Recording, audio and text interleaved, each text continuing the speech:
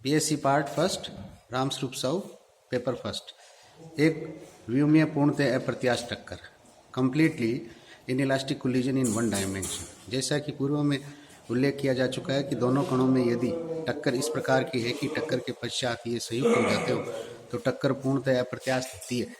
इस टक्कर का अब हम बारी बारी से प्रयोगशाला तंत्र में व द्रव्यमान केंद्र तंत्र में अध्ययन करते हैं। तो देखो,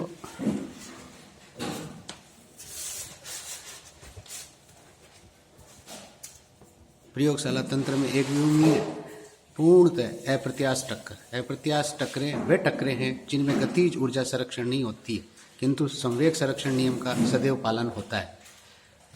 पूर्ण अप्रत्याश टक्कर ऐसी ही टक्कर है जहां गतिज ऊर्जा अधिकतम हानि होती है। वहां पे गतिज ऊर्जा की वजह से दो भिन्न भिन्न प्रकार की अपन ने प्रयोगशाला तंत्र में डिस्टिंग्विश किए थे कि भाई ये टक्कर है जिसमें ऊर्जा के कारण ये तो पूर्णतः प्रत्यास्थ है और एक अप्रत्यास्थ है। तो यहाँ अधिकतम हानि की बात कही है इसमें।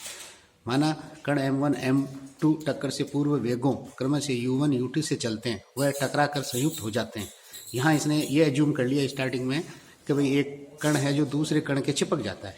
संयुक्त कण जिसका द्रव्यमान M1 प्लस M2 है, माना कि वेग v से गति करता है और संवेग संरक्षण के नियम के अनुसार पूर्व का जो संवेग है वो और दोनों चिपक गए उसका संवेग है वो क्या होगा, बराबर होगा।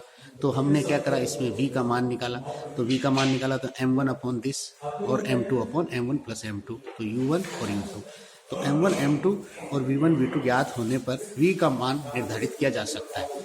टक्कर की विशेष स्थिति जब M2 स्थिर अवस्था में हो तो U2 इक्वल टू 0, यानी कि अगर कोई विशेष पर्टिकुलर अपन ने कहा नहीं है तो रुक जाते हैं बेचारे दोनों चिपक के, तो उस समय आपके पास में जो अंतिम वेग आएगा वो U1 के करस्पॉन्डेंस ही आएगा।